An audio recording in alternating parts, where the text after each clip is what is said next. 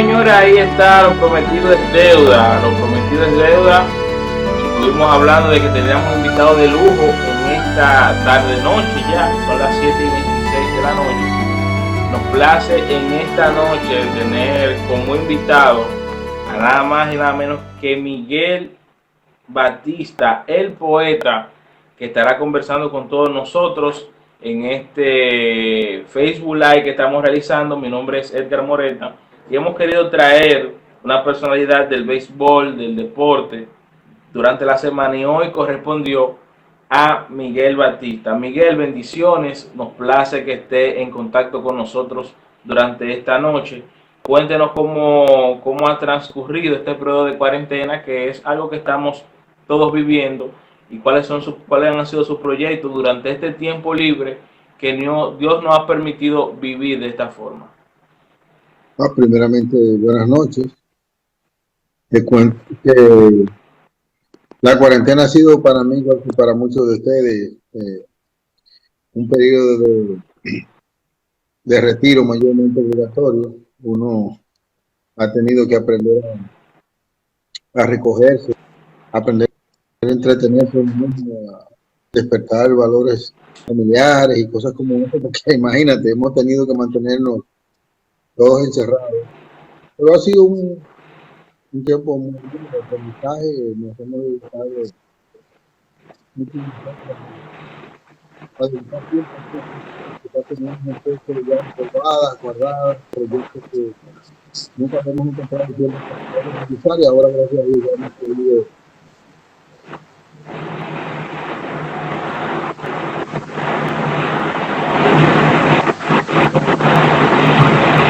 Exactamente. Miguel, en primera instancia queremos conocer parte de su carrera, una carrera exitosa en Grandes Ligas. Tuvo el privilegio de participar con muchos equipos, alrededor de 12 equipos en lo que pudo participar en Grandes Ligas. Y eso, que muchos equipos apuesten a ti, algo debe de tener, alguna virtud. ¿Cómo inició la carrera de Miguel con los Piratas de Pittsburgh? ¿Cómo fue ese primer día que estuvo lanzando con el equipo de los Piratas? ¿Y cómo vio más allá su carrera y qué pudo mejorar ya en los años siguientes para poder establecerse en las Grandes Ligas? Bueno, te cuento que el primer día, como cualquier carrera, es emocionante. Imagínate, es como si a muchos de ustedes le dijeran: "Oh, te vas a reunir mañana con los más grandes que ha dado el deporte en la historia, Lilín Díaz, Mendy López, gente como esa". O sea, tú, es una noche que no duermes pensando qué vas a preguntar, si solamente quieres preguntar. Pero luego con el tiempo te das cuenta que fueron grandes maestros, fueron buenos estudiantes, estudiaron el oficio, mejoraron el oficio. Eso sí se trata de hacer cuando llega a los campos de entrenamiento, porque un estudiante del oficio, tratar de aprender todo el información que pueda, y luego tratar de hasta que estén como novatos.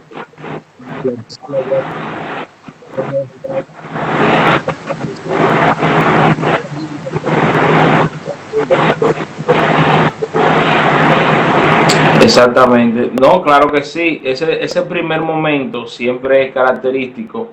Los nerviosismos, la adrenalina, debutar en Grandes Ligas, que es el sueño de cualquier pelotero que esté en Liga Menor. Y uno aprende muchas cosas, pero el segundo año, luego de que logra pasar al equipo de los Marlins de Florida, ¿qué tuvo en especial ese segundo año con el primer año cuando estuvo con los Piratas de Pittsburgh? Bueno, el cambio de organización es un poquito desafiante, porque vas donde hay personal nuevo, muchos de esos coaches quizás no te conocen como persona, te conocen como jugador porque has jugado en contra de ellos. Yo tuve la fortuna de que varios de los que eran ya de Montreal, que fue mi equipo original, formaban parte de la oficina de los Marlins cuando yo llegué. Y fue interesante, tuve oportunidad de jugar con grandes jugadores como Andrew Dawson, jugué con él su último año, que fue para mí un placer haber jugado con él. Es uno de los jugadores más interesantes desde el primer jugador de la serie que ganó el MVP, que se puso quedando en último lugar. Es que le daré respeto que le dan los jugadores de color al hablar con él, como Gary Kessler, como Devon White, jugadores de la liga, y sentían un respeto cuando iban a hablar con Andrés, y era algo interesante ver ese tipo de cariño que se tenía cuando tenía una carrera en tantos méritos. Exacto. Bueno, ahí nos pregunta nuestro compañero, vamos a escuchar la pregunta. Nuestro compañero Miguel Hubiera pregunta: ¿con qué equipo te sentiste más cómodo durante las mayores? Bueno, quizás en mi caso específico, para mí fue en Arizona. Fue el equipo donde más duré, creo que jugué 4 años. Jugué 3, me cambiaron y luego volví. Pero es quizás para mí el equipo donde tuve un poquito más de libertad, de ser quien yo era. Me dejaron llegar a la comunidad de la forma que yo pensaba que un jugador debía impactar la sociedad. Tuve un roce muy íntimo con una parte de la comunidad de Arizona, y eso me encariñó mucho con la sociedad, mucho con el Estado. Y tuve la oportunidad de ser atleta que yo quería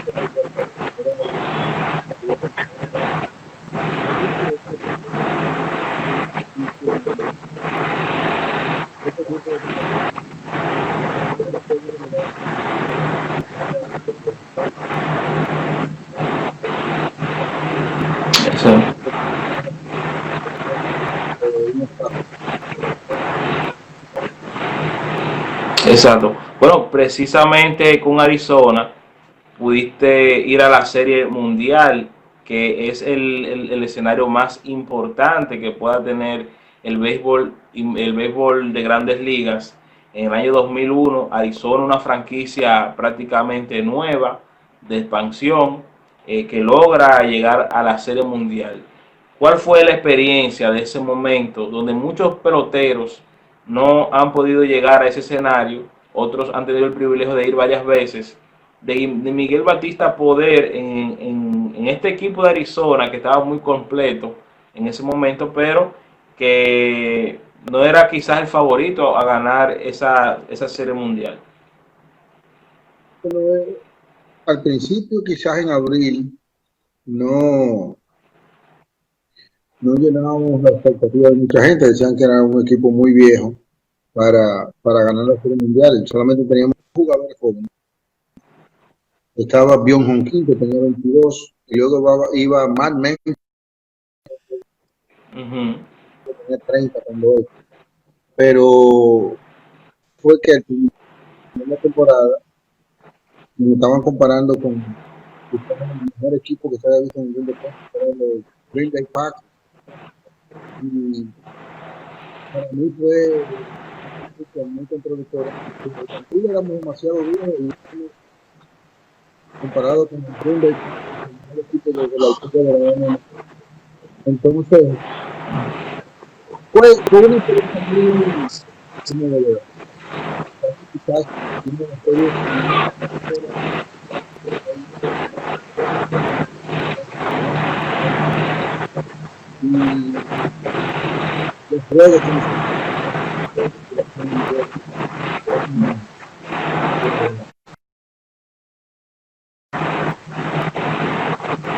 Exacto. En su último año, que era una leyenda ya entre los que estaba en su último año, jugado por Bernie Williams, los últimos años también Mike anunció su retiro. Fue quizás para mí un estudiante del juego y de la historia del juego. Fue sumamente importante. No, claro que sí, y tuviste varios años en ese equipo, varios años hasta el 2003. Luego que llega este contrato, con un contrato jugoso con el equipo de los Toronto Blue Jays, ¿qué transfirió Miguel Batista de lo aprendido en Arizona, ya con ir a Serie Mundial, estar en el escenario más alto del béisbol de Grandes Ligas? ¿Qué transfirió cuando fue a Toronto en el año 2004, que quizás no había esa química ganadora y era un equipo nuevo para Miguel Batista? Bueno, te cuento que llegaba con mucha expectativa, era de los jugadores que se esperaba ya grandes cosas, porque yo iba a la rotación con Roy Halladay, que venía de ser ganador de Cy Young, y éramos parte de la rotación de Toronto, una rotación que se esperaba que hiciera grandes cosas dentro del béisbol.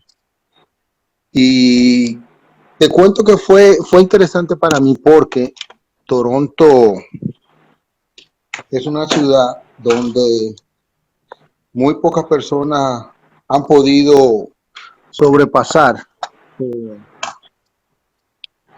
la presión de jugar en Canadá, y además de eso, Ok. veníamos de, diría, de llenar una expectativa de un fanático extraño, porque el fanático canadiense es un fanático muy extraño. Es un fanático de hockey, pero tenía grandes jugadores, tenía los mejores años de Carlos Delgado, tenía también, En ese tiempo. venía de Orlando Hobson ganar el guante de oro en la segunda base,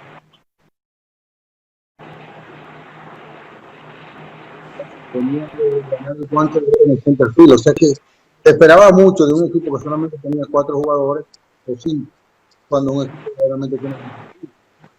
Era 25 jugadores. se esperaba ver qué podía pasar con los azulejos de ese tiempo.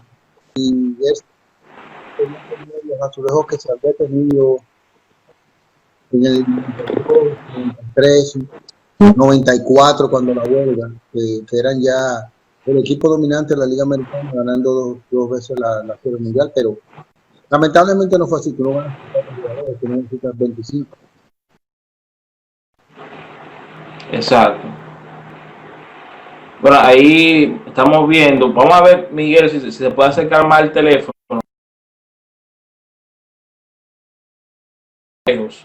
El audio. A ver, vamos a trabajar un poquito con eso. Y seguimos aquí preguntando.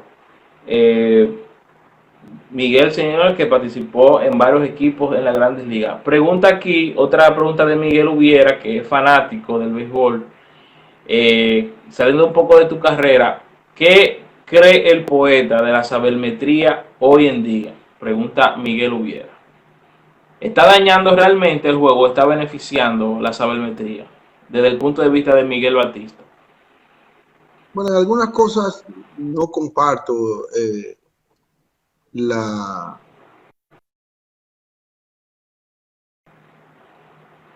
tenido eh, un una gran aceptación, porque para el fanático la sabermetría quizás significa mucho. Eh, Ver cómo evalúan los jugadores, pero yo te puedo decir que yo aprendí grandes estrellas como Pete Rose, estrellas como Sandy Koufax, y grandes managers como el caso de Tony La Russa. Que Tony La Russa siempre está en la tecnología, porque él dice que la tecnología no puede en ningún momento valorar la pieza más importante que puede tener un jugador, que es su corazón. Entonces, eso no es un jugador humano, como un jugador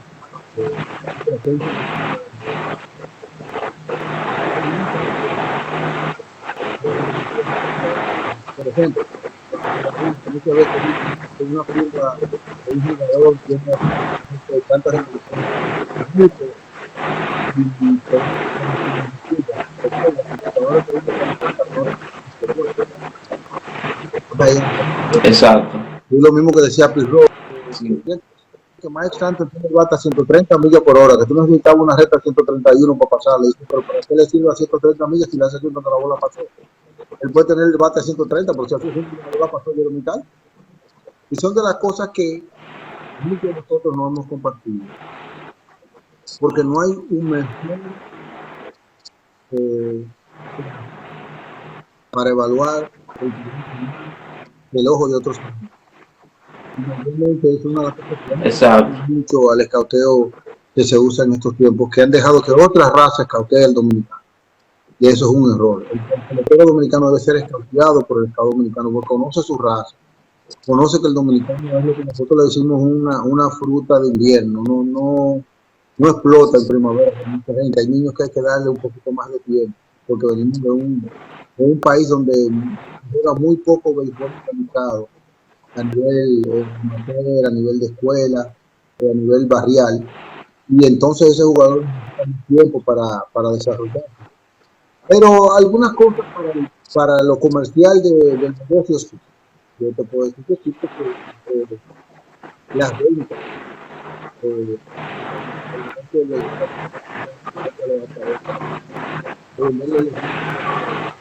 a los fanáticos que ya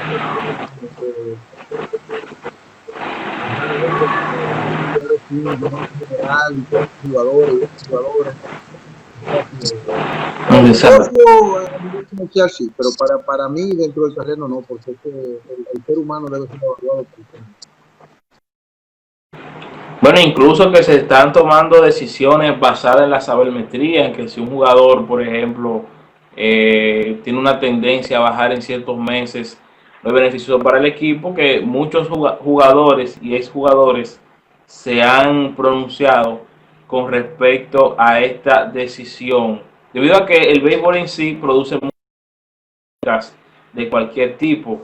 Inclusive hay jugadores que han calificado de que esto le ha quitado esencia al juego, le ha quitado la esencia que había anteriormente de apostar a un bateador, inclusive cuando le haya ido mal con cierto lanzador. ¿Cree en un 100% Miguel Batista que le ha quitado esencia al juego la sabermetría? En la parte del desarrollo, como te digo, sí. ¿Por qué? Porque el jugador debe aprender. Por ejemplo, tú tienes un lanzador, como dices tú, que tiene muy buenos números contra cierto bateador. Es ahí donde tú como organización tienes que saber desarrollar a ese jugador y saber buscarle las dos respuestas claves a las preguntas del desarrollo. ¿Cómo y por qué? ¿Cómo ese tipo le ha sido tan fácil a nuestro mejor bateador y por qué está pasando? Entonces eso es lo que el jugador debe aprender. ¿Por qué? Porque ese jugador te lo van a traer siempre en esa situación. Porque ya se ha enfrentado. Por eso, ya sabe que lo domina. Gremado, que fue uno de los grandes cerebros del béisbol, él nos decía a nosotros, mira, el mejor desafío para tú darte cuenta si tú eres un gran lanzador es cuando un equipo te cae a palo y 5 días después tú le piques y le tiras 9 innings sin que te hagan carrera. Tú sabes hacer ajustes. Si tú puedes hacer eso, tú sabes hacer ajustes. Pero el pitcher que le picha un equipo y le va mal y después le picha y le va peor, entonces no sabe lanzar porque no sabe hacer un ajuste. Y es así mismo con el bateador. Si tú como bateador tienes un pitcher que te ha aseado de cierta manera y tú no sabes hacerle un ajuste a cómo él te está lanzando, entonces tú vas a tener problemas porque la liga entera se va a dar cuenta que de esa forma tú no bateas. Y es por eso que muchos jugadores llegan a grandes ligas y por eso que se dice que el promedio de un pelotero en grandes ligas es 3 años. El primer año que eres una porque nadie te conoce. El segundo, ya todo el mundo te conoce, empieza a ir mal. ¿Verdad? El tercero empezó a ir mal otra vez en la liga menor y si tú no sabes hacer, no vuelve más nunca. Por eso es que de 3 años de un jugador en grandes ligas, porque los grandes jugadores, y quizás son cosas que uno no las escucha muy seguido porque son de lo que nosotros le llamamos ya la maestría que tú aprendes con los maestros del negocio. Cuando ellos te dicen a ti, por ejemplo, Madoff siempre pregonó dentro de las organizaciones que los mejores brazos del béisbol estaban en ligas menores. Las mejores cabezas estaban en las ligas y alguna de esas cabezas tenían un buen brazo.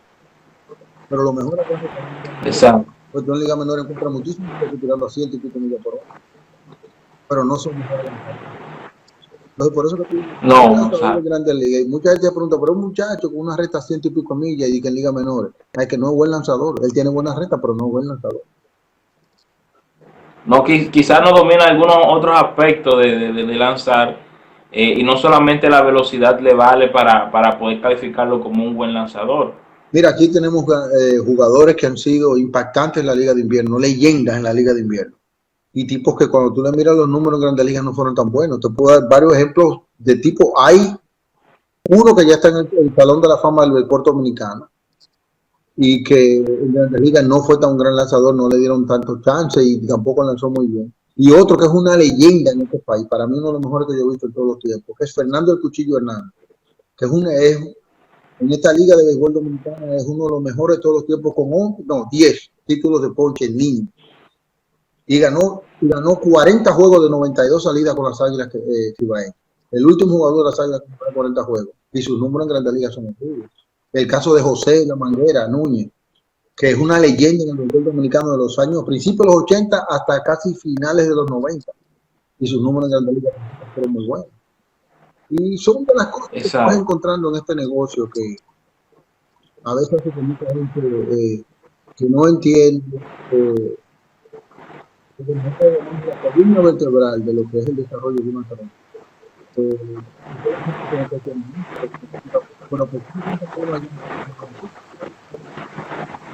Exacto. Y hay al revés, hay grandes jugadores en Grandes Ligas que en la Liga Dominicana nunca han sido tan grandes peloteros.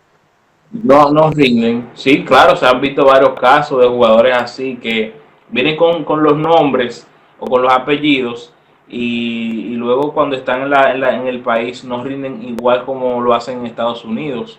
Y es que es tan difícil el béisbol en esa parte de la adaptación, porque por ejemplo en otros deportes, vamos a suponer en el baloncesto, quizás contraten a un jugador de NBA en un torneo profesional dominicano y va a rendir de la misma forma. Porque en el béisbol quizá no sucede que un jugador en la liga de los Estados Unidos rinda y en la liga dominicana no, quizás no tenga el mismo nivel? Mira, el baloncesto es un deporte mucho más predecible. Tiene sus formas. Y tú te fijas bien, cuando tú pones un gran quinteto, tú aseguras por lo menos que va a llegar a las finales o puede ser que gane. Mucha gente dice, oye, con ese quinteto que ellos tienen, ellos mínimo van a llegar hasta la final. En el béisbol no pasa eso. Y tú te fijas bien, Stone Brainer, en el año 2003-2004, tuvo el mejor equipo que el dinero pudo haber puesto en un terreno con los Yankees de Nueva York. Le trajo a Hideki Matsui de Japón, que venía de 50 y pico jonrones. Y no fue lo mismo. Tenían a Gary Sheffield, tenían él firmó a Jason Giambi, tenían a Posada. O sea, tenían uno de los line-up quizás más interesantes que tú podías haber visto. Y no, ni siquiera fueron a la final. No funcionó. En el béisbol eso no pasa. Y la diferencia de muchas cosas es que el béisbol tiene muchos factores que pueden ser, ¿cómo te digo? Determinantes en cuanto al desempeño del jugador. Tú puedes ir a una liga donde batean o donde se lanzan muchos pichos rompientes y si tú no eres buen bateador de pichos rompientes, ahí no vas a batear. Y hay ligas que son al revés. Cuando tú vienes a la liga dominicana, aquí el que no batea en la recta no puede jugar en esta liga. Aquí hay muchos muchachos con buen brazo. Pero, exacto, está el caso, te voy a dar un caso interesante. Hay tipos que batean recta porque son tipos de bola mala. Jay Payton aquí, uno de los mejores promedios de bateo que se ha visto en la historia. Como mayormente como extranjero, bateó casi 400 y pico con los Tigres del Liceo. Pero en Grandes Ligas no bateó, fue el pelotero que esperaban los Mets de Nueva York. Porque él era un bateador de bola mala, pero en Grandes Ligas hay tipos que te ponen la bola de 10 veces, la tiran las 7, la ponen donde ellos quieran. Pero él era un bateador de bolas malas y aquí muchos muchachos que al tener buen brazo se meten mucho debajo del conteo y él se sentaba a esperarle en la recta, le bateaba. Pero en Grandes Ligas se tienen jugadores que en 3 bolas sin strike te tiran breaking ball por todo el medio, te tiran cambio por todo el medio, en 3 bolas sin strike. Y es lo que exacto. Hay mucha gente que a fondo entender cuáles son las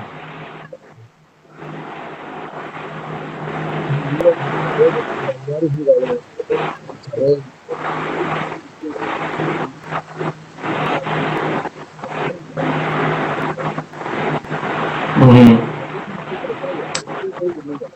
cuando uno estudia este oficio de forma amplia, te das cuenta.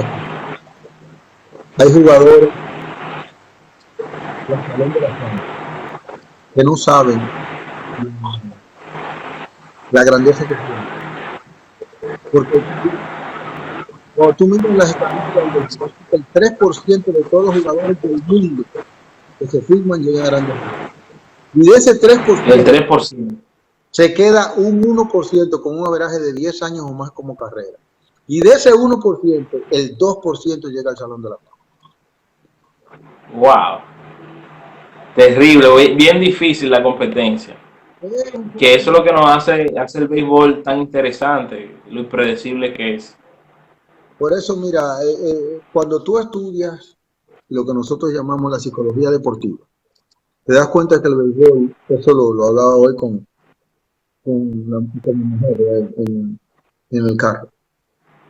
La psicología deportiva tiene, sin lugar a dudas, en el béisbol, uno de los deportes más interesantes. Es el único deporte que tú tienes que lidiar el 70% de las veces con el fracaso. Ningún otro deporte es así.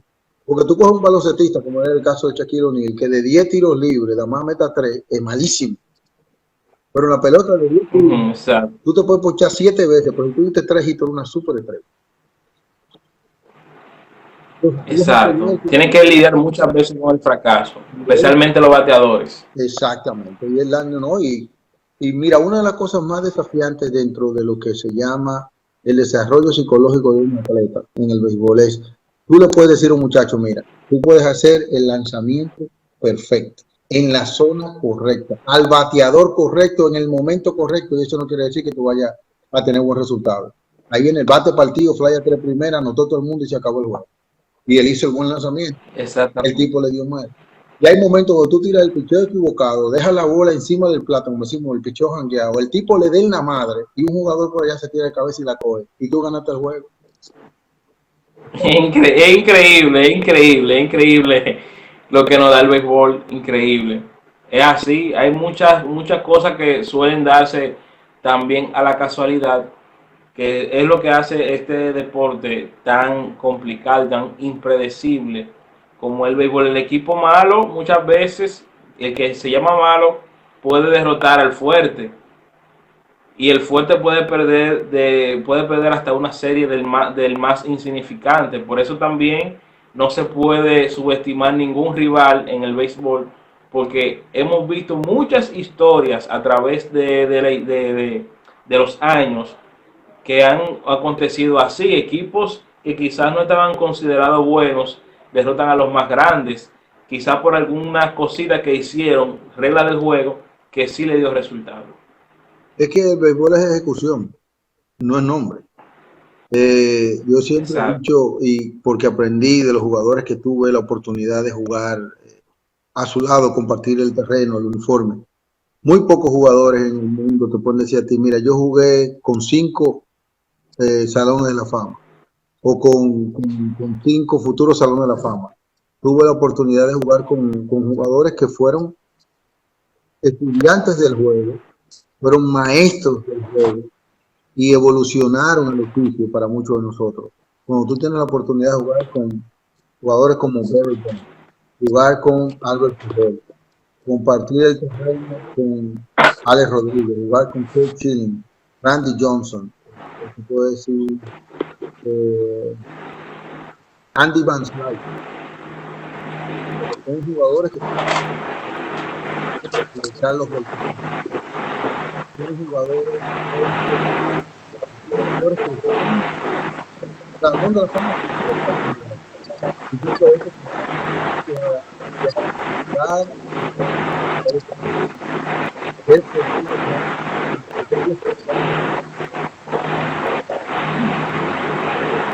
Exacto. O el factor habilidad como atleta, porque muchas veces La gente dice, pero fulano tiene todas las herramientas y no cuaja. Entonces el problema es el factor humano. Porque las habilidades están ahí. Y nosotros hemos tenido jugadores, como era el caso de,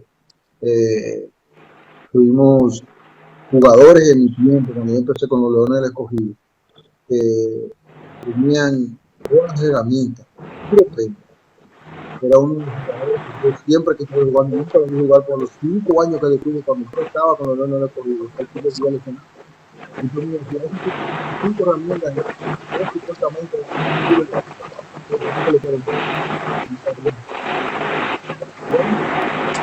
toman en el desarrollo de un atleta para llegar a grandes ligas, convertirse en el jugador que todo el mundo espera. Exactamente. Bueno, aquí nos pregunta Miguel Ubiera, Miguel, de Miguel a Miguel, dice, ¿crees si en las ligas menores se hace un sindicato de jugadores y por qué el sindicato de las mayores no lo apoyan? Eso seguro es por la problemática que hay ahora mismo con la temporada, bueno, ya ahí se me adelantó Miguel Ubiera, iba a hacer una pregunta al respecto, que qué opina Miguel Batista, concerniente a lo que está pasando en MLB con los jugadores que están opuestos a un recorte salarial, pero vamos primero a responderle a Miguel Ubiera, que dice que qué crees si en las ligas menores se hace un sindicato de jugadores y por qué el sindicato de ligas mayores no lo apoya. Mira, eso es un poquito más tedioso de lo que la gente se cree. Los jugadores de liga menores no son lo que la gente se cree. Los jugadores de liga menores son aprendices del juego. Ellos no le producen ningún tipo de dinero a los equipos de grandes ligas hasta que no lleguen a estar en el roster. Simplemente son aprendices y ellos los prestan a los equipos de las ciudades donde ellos juegan. Por ejemplo, tú vas a jugar de por ejemplo, los Morehead de Rockford, Illinois. Hay un señor que es dueño de esa franquicia y dueño de ese estadio. Y vamos a suponer, los Yankees le prestan a sus jugadores para que jueguen ahí y se desarrollen, como le han prestado otros a esa misma categoría. Pero ese jugador a los Yankees no le producen peso. Entonces ahí gana muy poco dinero muchos de ellos. Mira, el que le interesa esto, aquí hay mucha tela de cortar. Hay una sentencia de la Suprema Corte de Justicia de los Estados Unidos que salió el año pasado, a finales del año pasado. No, creo que fue a principios de este año, que era una demanda que tenía años en los tribunales de Estados Unidos, donde un jugador, un exjugador, perdón, y un compañero que se había graduado, que demandaron a las grandes ligas por la violación a la Constitución de los Estados Unidos, donde decían que los jugadores de ligas menores ganaban menos del salario mínimo. Y luego de más de 3 años, pudieron ganar a los jugadores, están ganando, ellos ganaban 600.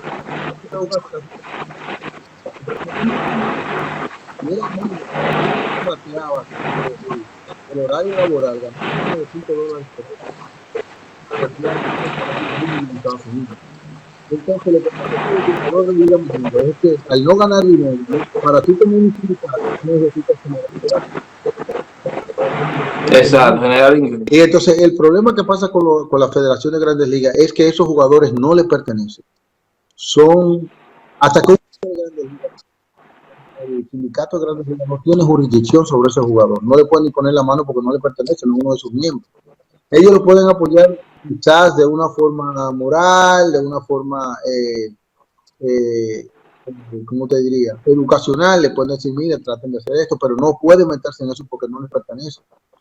No tienen jurisdicción sobre este tipo de jugadores. Y es por eso que muchas veces la gente pregunta, pero ¿por qué el sindicato de Grandes Ligas no hace nada? Es que no puede. Pues no son sus miembros. No puede. No son sus miembros. No tiene. No, es igual que por ejemplo, te puedo decir, la liga de verano de aquí y la liga de invierno. Un jugador que está en liga de verano no pertenece a la liga de invierno hasta que no juegue en liga de invierno. Entonces, si juega en liga de invierno, exacto, ahí sí entonces FENAPEPRO puede hacer algo por él en cualquier caso. Mientras incumba dentro del béisbol de FENAPEPRO. Porque si el muchacho vuelve a liga de verano, ya le pertenece al béisbol de Grandes Ligas, no a FENAPEPRO. Y por eso es que es un poquito más complicado de lo que la gente se cree. Ok, Bueno, que ahí quedó respondida la pregunta y creo que excelente respuesta, que hasta yo mismo tenía mis ciertas dudas con respecto al sindicato de las ligas mayores, que ahora con el producto de este caso con el coronavirus, ¿por qué no apoyaba a los jugadores de ligas menores? Entonces, Miguel, nos quedamos en ese mismo tema, porque queremos saber qué piensa Miguel Batista como ex pelotero y también conocedor del deporte, con la situación que está pasando entre la MLB y la del sindicato de jugadores, que no se ponen de acuerdo para poder jugar una temporada 2020. Hay una queja de los jugadores donde ellos no quieren más recortes, sí aceptan el porrateo, eso quiere decir que se les pague concerniente a los juegos que pagan, pero están en desacuerdo con una reducción, con otra reducción salarial. ¿Qué opina Miguel en ese tema? Bueno, lo del prorrateo, eso es legal. Tú no puedes pagarle a una persona por un trabajo de 80 horas cuando él te trabaja 40. Eso es normal. El problema que está es que Exacto. dentro de todo lo que abarca la contratación que tiene, lo que nosotros le llamamos el CBA, que es el Collective Bargaining Agreement, el contrato de trabajo entre los jugadores y los dueños. Hay muchas ramificaciones de derecho contractual, de cláusulas donde el jugador siempre ha tratado de que tener como pasa en el fútbol y quizás en otros deportes, un tope salarial.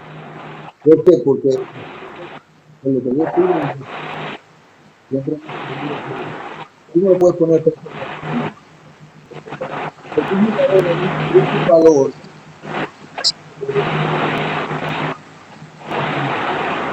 un jugador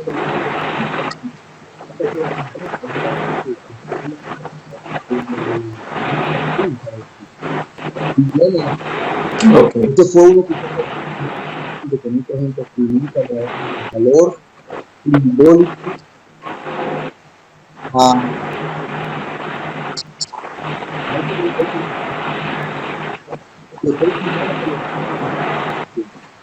y fue para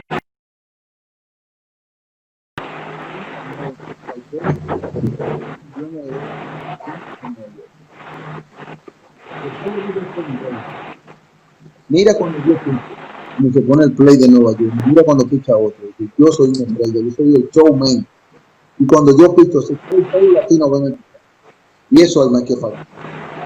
Y mucha gente no sabe, verdaderamente ganó dinero en este país como jugador de béisbol. Después de Pedro Guerrero, que fue un contrato millonario, fue Pascual Pedro. En el 90 fuimos por 20 millones. Porque él demostró que cuando miraron las estadísticas, era verdad, cada vez que le aplicarse, sabían todos los latinos de lo que eran de hacer. Y son de las cosas que siempre he defendido. ¿Por qué? Porque tú tienes un valor dentro y fuera del terreno que le deja un beneficio a la organización. Mira, hay cosas que la gente no sabe. Por ejemplo, te voy a dar un dato.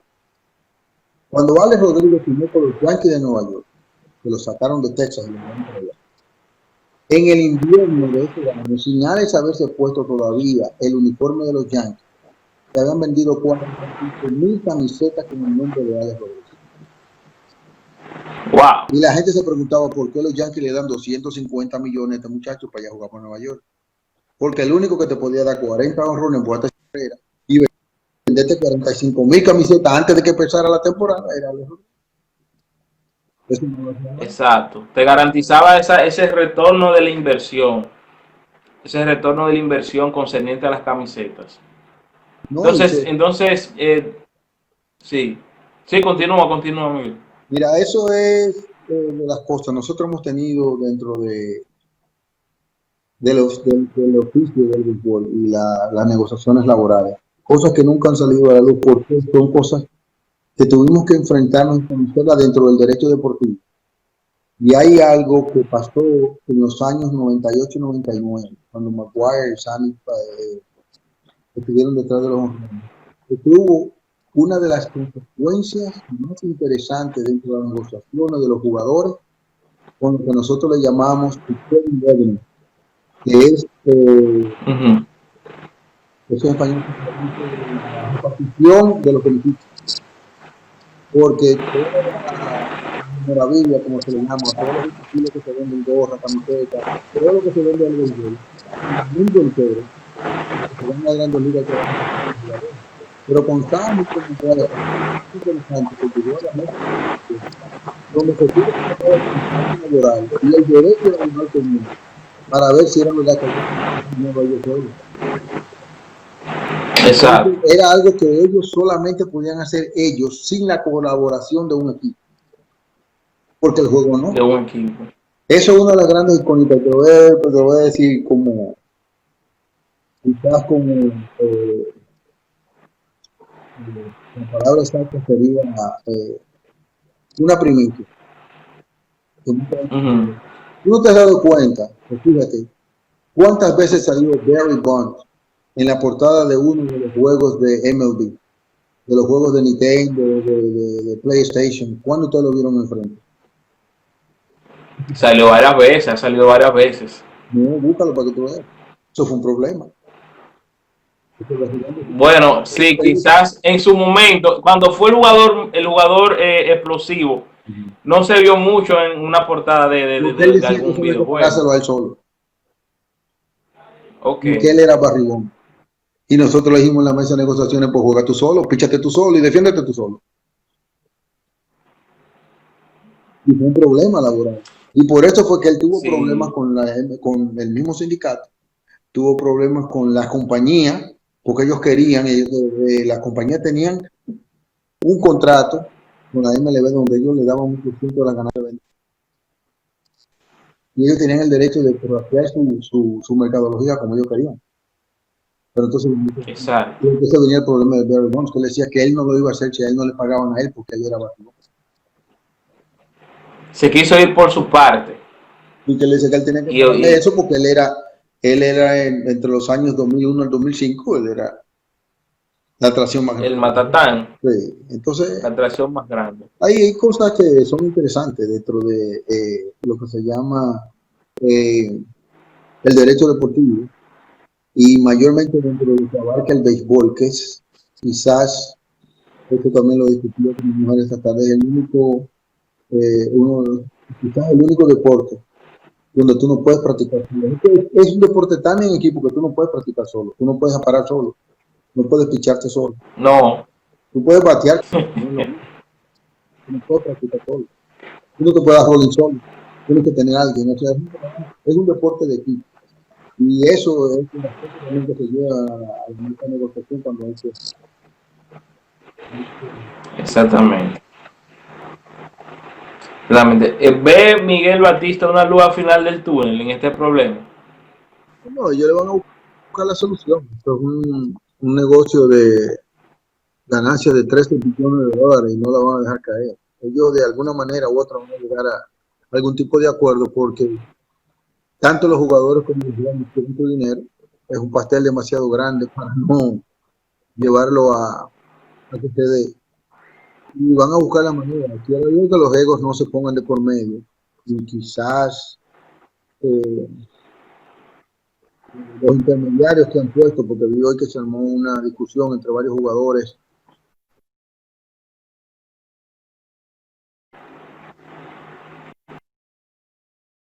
Miguel, ya saliendo de esa parte, muchas personas quieren conocer el lado de Miguel literariamente. Muchas personas, inclusive yo, nos criamos viendo las transmisiones que decían, viene a lanzar Miguel Batista el poeta, y muchas personas, inclusive hasta a mí, decían, ¿cómo? ¿Y cómo un pelotero puede ser escritor al mismo tiempo? Las personas que están viendo el live quieren saber esa parte de ti, cómo ha sido la parte intelectual de Miguel, que entendemos de que se ha capacitado, ha tratado de educarse, de ser más culto, y también tuvo su parte en el deporte como lanzador. Bueno, la parte literaria yo siempre he dicho que todo jugador luego tiene deseos como cualquier otro ciudadano.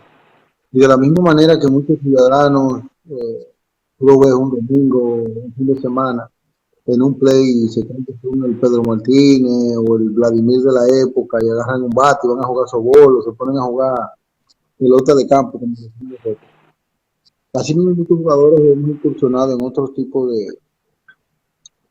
de mares y hemos tratado de satisfacer quizás las necesidades humanas que tenemos.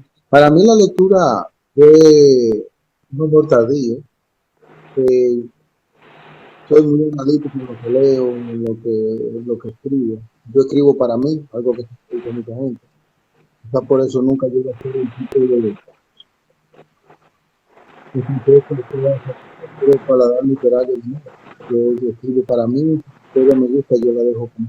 Y los poemas son diferentes. La poesía es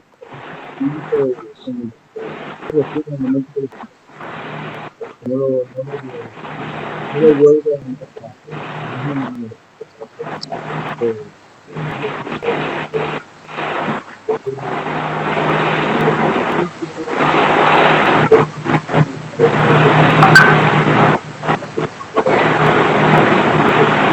Exacto.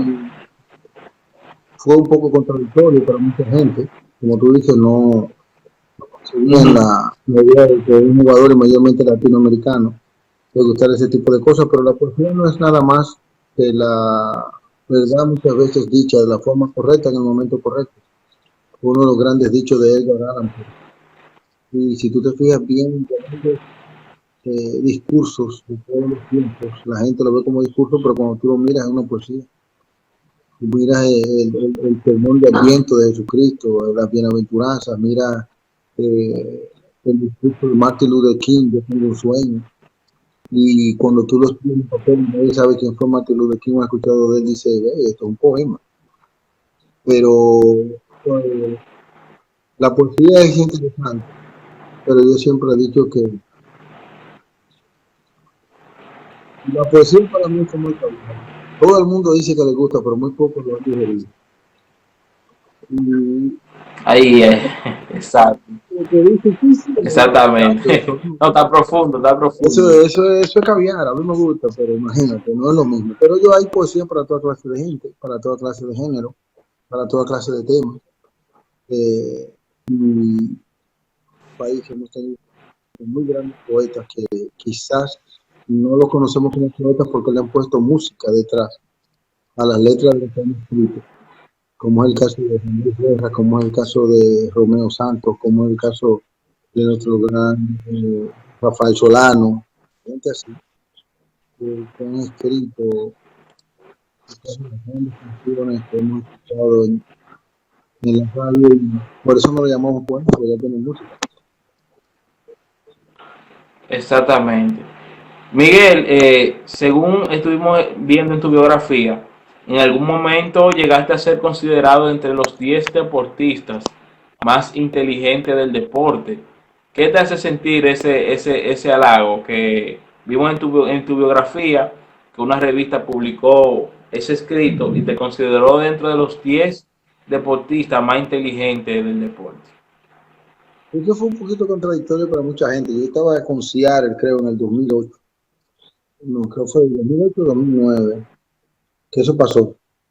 Y cuando sucedió, uno de los coaches americanos que teníamos, que había sido mi ex compañero hace muchísimo tiempo, dijo que cómo eso era posible. Y yo le dije, bueno, yo te puedo decir una cosa. Ustedes se creen que los latinos, porque hablamos con acento, pensamos con acento, y están equivocados. Nosotros somos muchos.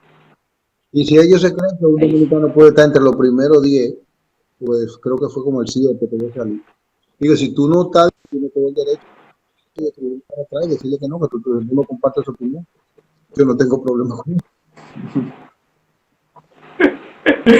Trae muchos problemas eso ahí. Sí, porque tú sabes que, no, claro. Mira, en el deporte, ahí hay un artículo que salió en estos días en Google, que hablaba de grandes jugadores que han sido profesionales dentro del terreno y mucha gente no lo sabe. Por ejemplo, te puedo dar casos específicos. Tony La Russa es abogado, fue abogado antes de jugar pelota. Mike Mussina tenía se había graduado de contabilidad en Stanford. Doug Glanville tenía un posgrado de ingeniería de la Universidad de Alabama, cuando jugó con nosotros en Chicago. Y así he visto algunos jugadores que tenían ya un título universitario cuando eran jugadores de grandes ligas. Por eso firmaron a muy tardía edad, hasta 23, casi 24 años algunos de ellos, porque prefirieron terminar la universidad primero y entonces poder ser seleccionado para el draft. Y son de las cosas que yo siempre reclamé a la Major League Baseball, que nunca se publicó. Nosotros queremos a veces publicar o hacer propaganda sobre la importancia de los estudios en el atleta, pero entonces nos sacamos a reducir las grandes cosas que tenemos, y esa era una de ellas. Mucha gente no sabe que la carrera favorita de Pedro Martínez no era la pelota, era la medicina. Él quería ser médico. Rafael Fulcar también estuvo a punto de entrar a la universidad para ser médico. Yo estudiaba turismo en la UCI en 1987, yo era la primera promoción de turismo de la UCI. Y así vemos algunos jugadores por ahí que tenían otras inquietudes dentro de los académicos. Y son de las cosas que yo siempre he publicado. Cuando vino el día de polvo de los jugadores latinos, había muchos que no sabían leer escribir, y queríamos llevar un mensaje de positivismo a la importancia de los estudios. Nunca sacamos a reducir todo ese tipo de cosas que tenemos privadas. Exacto. Bueno, muy buena afirmación que de peloteros que uno de peloteros y dirigentes que uno piensa que se han dedicado solamente al deporte y que tienen alguna carrera profesional. Miguel, ya para llegar a la parte final bueno, antes de tener una pregunta pendiente, ¿qué libro les recomendarías a los que están en sintonía con este live? ¿Qué libro para leer en este tiempo libre, forzado, como habíamos dicho al principio, pudieran ellos leer y disfrutarlo en esta cuarentena, tú como conocedor de la lectura? Eso depende. La gente, te digo, la poesía tiene su público y todo depende del tema que te guste, pero hay muy buenos poetas. Latinoamérica tiene muy buenos poetas, desde Ernesto Sábato, te puedes buscar a Pedro Bonifacio Palacios, que era alma fuerte de Argentina, que es uno de los que más recita muchísimas veces, o recitaba en su tiempo de vida, Alberto Cortés y Facundo Cabral. Es uno de los mejores. Yo, para mí, nunca lo vi como político, pero como poeta, para mí, Joaquín Balaguer fue muy bueno. Su libro La Venda Transparente es un excelente libro. Habla mucho sobre la experiencia de un hombre que vivió sobre o dentro de la prisión de la ceguera, porque para él es una prisión, porque wow.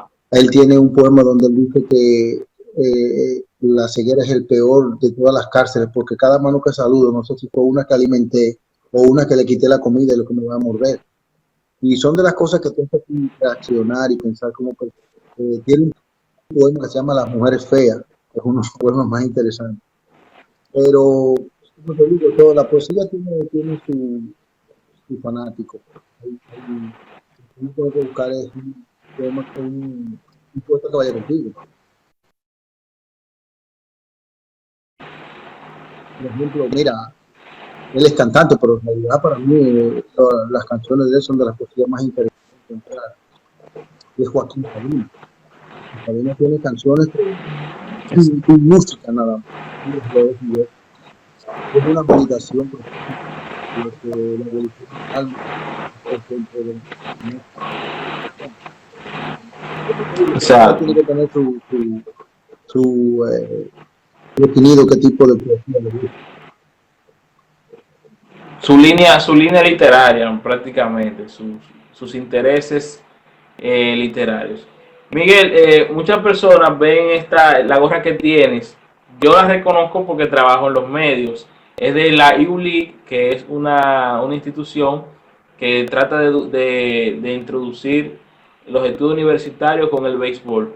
Cuéntanos más acerca de este proyecto en el cual te hemos visto bastante involucrado en él. Esto fue una idea de Pablo Ulloa y se acercó a mí hace como empezamos a hablar sobre la importancia de crear un jugador atlético académico, donde creíamos que no era cierto que el jugador tenía que dejar los estudios para poder ser un gran atleta. Si te fijas bien, ahora los equipos están tratando de tener jugadores más inteligentes, jugadores con un poquito más de conocimiento académico, porque se ha dado cuenta que ese jugador llega más fácil a Grandes Ligas. Como te dije, temprano, cuando empezamos a hablar, el talento no lo es todo. Y la inteligencia, muchas veces el sentido común, la cultura general, ayuda a que un jugador progrese mucho más rápido. Y Pablo tuvo una excelente idea, empezamos a trabajar y hoy tenemos el primer colegio de atletas en la República Dominicana, donde tenemos varios niños que estudian y juegan béisbol, juegan en la mañana y luego salen de ahí y el autobús los lleva entonces a la escuela y reciben su formación. Y así también hemos pensado con otras personas. Aquí hay personas que tienen grandes intereses de crear ese tipo de jugadores, de crear en nuestros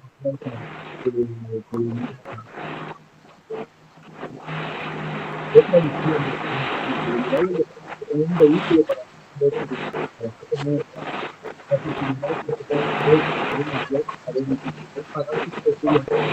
jugadores.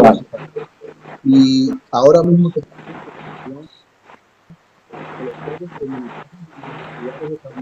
tenemos más de 100 niños en la universidad. Y aquí hay personas Patricia María Parra, que trabaja para Senator, para FEDOBE, que está buscando la forma de que muchas niñas dominicanas vean el softball, el béisbol como un camino para educar. Que esas niñas puedan jugar en universidades estadounidenses. Hay un dato que mucha gente no sabe. Ellos hay más becas para mujeres jugar softball en la universidad que para los hombres jugar béisbol. Y eso fue un movimiento que hicieron las mujeres, donde demandaron a través de una instancia depositada en el Congreso de los Estados Unidos, donde ellas decían que estaban en discriminación biológica y profesional contra los hombres, porque decían que el hombre cuando salía de la universidad podía ser profesional en muchísimos otros deportes que las mujeres no lo eran, y era cierto. Las mujeres, los hombres somos profesionales en todos los deportes, las mujeres en Estados Unidos simplemente ahora están en el soccer, el golf y la WNBA, pero ya de ahí no había más deporte. Entonces las mujeres exigieron, no había más disciplina. Entonces exigieron que se le dieran a ellas más becas para poder ser universitarias como atletas, porque había muy pocas becas para mujeres y había más para hombres. Y entonces el Senado le acogió su demanda y hoy hay alrededor de 1.500 universidades en los Estados Unidos que tienen programas atléticos académicos donde brindan becas para mujeres y para hombres también poder estudiar. Nosotros tenemos una niña aquí que la firmaron en el último Panamericano de softball, una sub-19, la firmaron, la vieron corriendo nada más en el Centerfield de una universidad de Texas. Le ofreció una beca full y la niña en 2 meses o 3 meses después de ahí ya estaba o está todavía estudiando en Texas. Y son de las cosas que podemos cambiar ese tipo de visión en nuestra sociedad con los padres, para que los padres se integren y que encaminen a los hijos a ver el deporte como un vehículo para su educación. Ya no es recreación, eso era antes. Ahora el deporte ha alcanzado niveles incalculables. Imagínate, para nosotros mira, ahora mismo nosotros tenemos la hija de Dani Bautista, que es como una serie mundial, es tercera base de una universidad de los Estados Unidos y estudia en la Universidad Nacional de Estados Unidos, que es la tercera base de los Estados Unidos. Todo eso gracias al deporte. Y hay niñas que pueden conseguir becas en baloncesto, en gimnasia olímpica, en muchísimos otros deportes que pueden conseguir. Porque te digo el softball, porque he tenido la oportunidad de juntarme con Katiuska de FEDOBE, y aquí hay muy buenas softballistas, aquí hay mujeres muy buenas jugando softball. Te estoy diciendo que yo vi una muchacha una vez de Bonao cogiendo rolling en segundo y me dio hasta vergüenza. Vi al teléfono, tenemos el teléfono, sacamos el teléfono del trípode, que estamos realizando de la forma directa. Miguel, ya para concluir con la entrevista, queremos saber tu opinión con respecto a qué opinas sobre la Liga Dominicana de Béisbol, que también está pendiente hacer una agencia libre. ¿Qué opina con respecto a este tema? ¿Y cree que beneficiaría el béisbol en sentido general? Bueno, ese es otro tema pertinente para mucha gente, porque la gente escoge el jugador, como escoge a los cantantes. El político se escoge por conveniencia, pero el jugador se escoge con el corazón porque por una razón u otra te llena, o porque es el jugador que puede tu equipo ganar. La gente pasa por algo. El factor de que el jugador también es un trabajador. Tiene un horario que cumplir, tiene un supervisor, tiene un equipo de trabajo, tiene una meta que cumplir. Y como todo trabajador, tienes muchas veces el deseo de poder trabajar para tú deberías tener el derecho de poder trabajar para quien te siente voluntad, por cualquier razón que sea, aunque sea, no tan solo tiene que ser una razón monetaria, a veces tú tienes quizás un deseo de gratitud, que tú dices, mira, yo quiero trabajar en mi pueblo para esta compañía, ese señor cuando yo era estudiante me ayudó muchísimo, me gustaría trabajar para él, y tú tienes ese derecho constitucional de poder elegir tu destino. Y aquí el dominicano nunca ha entendido eso, y la Liga de Invierno ha sido de muchas formas dictatorial en ese sentido por el jugador dominicano hasta el momento. Mira que empezamos nuestro primer año como liga profesional luego del decreto Rafael Leonidas Trujillo en el 46, que la Liga de Invierno. Desde el 46 nunca hemos podido ser agente libre, y ya estamos en el 2020. Y eso es algo que verdaderamente ha perjudicado a muchos jugadores, ha perjudicado carreras de jugadores que podían tener oportunidad de ir a jugar a otros lugares donde le dieran oportunidad. Pero no tanto eso, es que es un derecho constitucional. Usted tiene el derecho de trabajar para quien usted quiera. Y si usted no quiere seguir trabajando para una persona, usted cumple su contrato y se va. Pero lamentablemente la gente no quiere entender que el jugador dominicano tiene ese derecho y que uno es un trabajador social como cualquier otro. Y ese tema ha sido traído a la mesa, según escuché, tanto los dueños como el sindicato del béisbol dominicano dicen que están de acuerdo que debe venir la agencia libre, pero lo que no han llegado de acuerdo a cuáles son los términos. Y dice, eso es peligroso, o sea, ok, tú me vas a dejar ser agente libre, pero ¿a qué precio? Exacto. Hay que saber negociar, hay que saber conocer el oficio, hay que tener un conocimiento masivo de lo que es el derecho deportivo, que es algo que aquí todavía no ha florecido, porque yo acabo de terminar el hecho en la universidad, nunca me dieron derecho deportivo, estudié derecho, estoy esperando ya mi graduación, pero nunca vi el derecho deportivo. Yo tengo conocimiento porque estuve en el sindicato por 25 años, pero es algo sumamente interesante, y mayormente en el béisbol, que tiene características diferentes, como el otro deporte. Es un deporte donde se fija, es el único deporte que ahora mismo tiene una selección de novatos, donde los equipos crean los novatos, a ver quién le va a tocar. Ya, yo cojo a fulano, yo cojo a fulano, yo cojo a fulano, pero ¿a qué precio? Porque tú lo cojas sin ningún tipo de beneficio, él te pertenece obligatoriamente. ¿Y qué beneficio tiene ese empleador? Él nunca decidió jugar a ti. Exactamente. Una motivación monetaria para que él viniera a trabajar donde ti. No, porque yo lo cogí una escogencia. O sea, él es un mueble. Así. No tiene voz ni voto.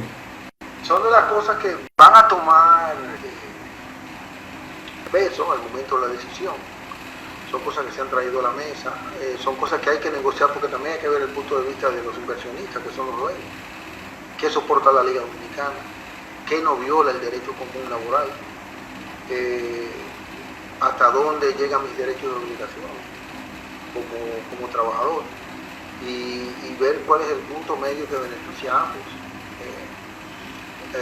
Fue en el 94 mi primera noción de los derechos de los jugadores, cuando hicimos huelga en el béisbol dominicano y paramos la liga en el día de apertura.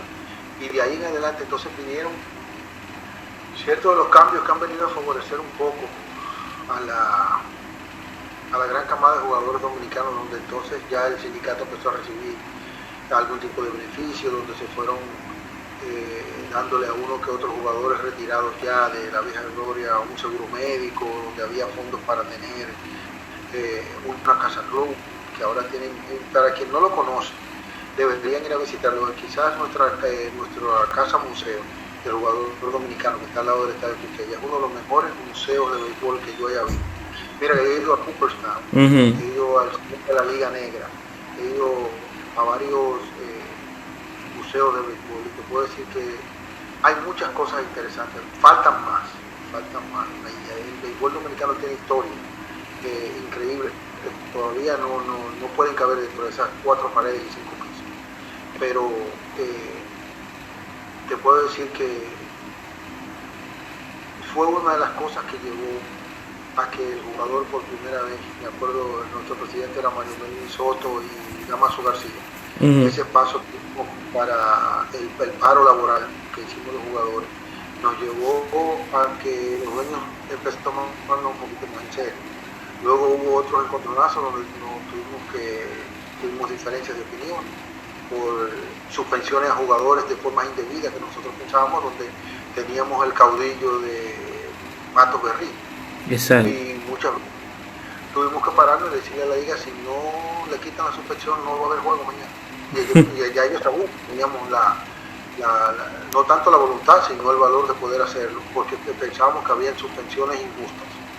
Sabemos y entendemos que Mato Garrido hizo muchas cosas buenas para el béisbol, porque trajo la batuta del Castillo, de hecho los dueños también que eran dueños del negocio, pero había cosas donde nosotros siempre supimos que se cedía, y yo que siempre he sido considerado el Che Guevara de la Liga Dominicana, porque empecé a protestar en el 94 sobre muchas cosas que ahora muchos de los muchachos están protestando, y yo me río porque es cíclico.